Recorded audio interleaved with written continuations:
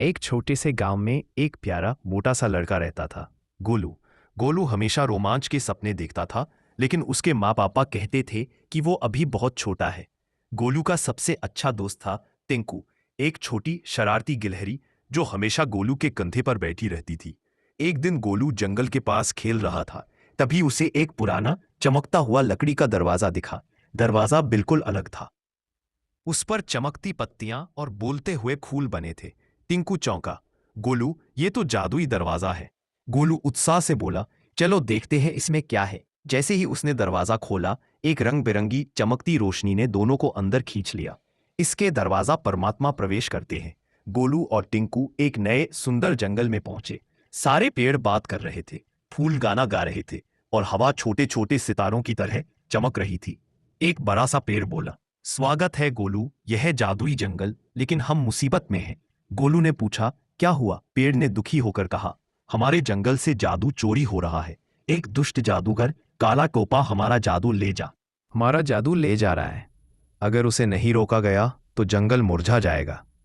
गोलू ने हिम्मत से कहा, चिंता मत करो, मैं मदद करूंगा। काला टोपा का किला। गोलू और टिंकू जंगल के रास्ते आगे बढ़े। अचानक एक बड़ी नदी सामने आ गई। गोलू बोला, अब कैसे जाएं?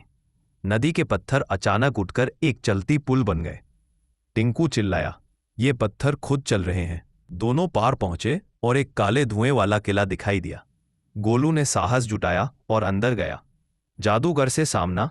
काले कमरे में काला टोपा खड़ा था। उसकी टोपी से काला धुआं निकल रहा था और एक बोतल में जंगल का चुराया हुआ जादू चमक रहा था। जादूगर गरजा, कौन है? किसने मेरी नींद खराब की? गोलू ने जोर से कहा, जंगली दोस्तों का जादू वापस दो। जादूगर हंस पड़ा, तुम जैसे बच्चों का मेरे सामने क्या? टिंकू ने फुर्ती से जादू की बोतल पकड़ ली और बोला, गोलू भागो।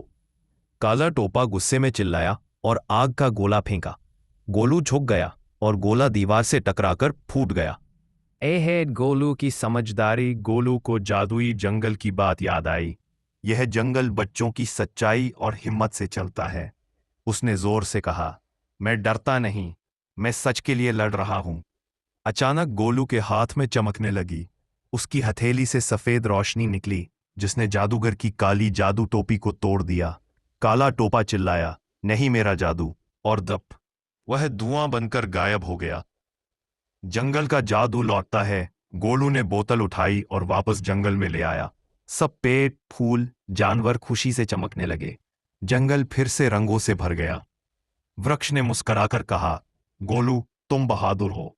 जिसने भी सच्चाई और दिल से हमारी मदद की, उसे जंगल एक वरदान देता है। एक छोटा सा सुनहरा बीज गोलू के हाथ में रखा गया।